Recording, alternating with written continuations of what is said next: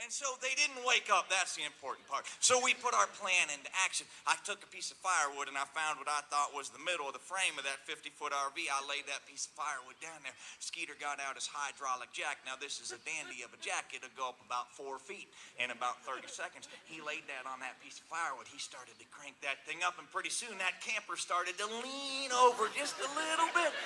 And we heard the unmistakable bump, thump, thump, thump. The sound of a very drunk man rolling out of his cot, and now across the inclined floor of his camper screaming, "Oh no, the buffalo, the buffalo!"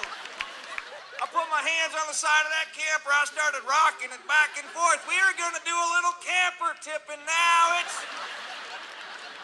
it's harmless. Got that thing going, and just as I hoped, it fell, and it fell right over into that cow pasture. And apparently buffaloes do not like large white rectangles falling into their pasture in the middle of the night, because that buffalo scraped the ground a couple of times and shot off across that field toward that camper, toward the roof of that camper. And you can be sure, if there's anything you can be sure of in this lifetime, it's that the engineers who design RVs never once stop to ask themselves,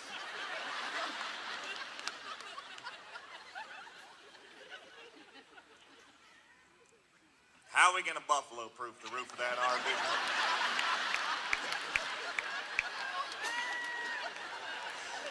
That buffalo went through the roof of that RV like a bullet through a bucket. You could hear it bouncing around inside. It sounded like a little ball inside of a spray paint can.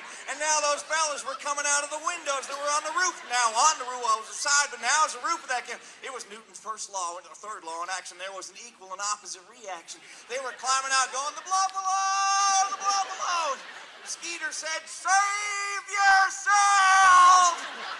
They said, "What do we do?" And Skeeter said, "Take off all your clothes." Men in extreme emotional distress will do amazing things. 3 pair of underwear went flying through the sky.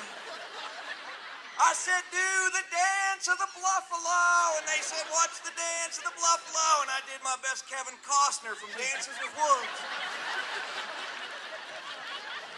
Pretty soon, there they were. And even in the middle of nowhere, Montana, it does not take long for the authorities to get wind of that sort of situation. Pretty soon, there was a phalanx of police vehicles coming down the road, and Skeeter and I just drifted back to our campsite, got in our sleeping bags, and we lay there, listening to the sweet, melodious sounds of 3 very drunk, very naked, very handcuffed men trying to explain to a very humorless sheriff just exactly why they were doing the naked dance, the buffalo on the side of their camper in the middle of the night.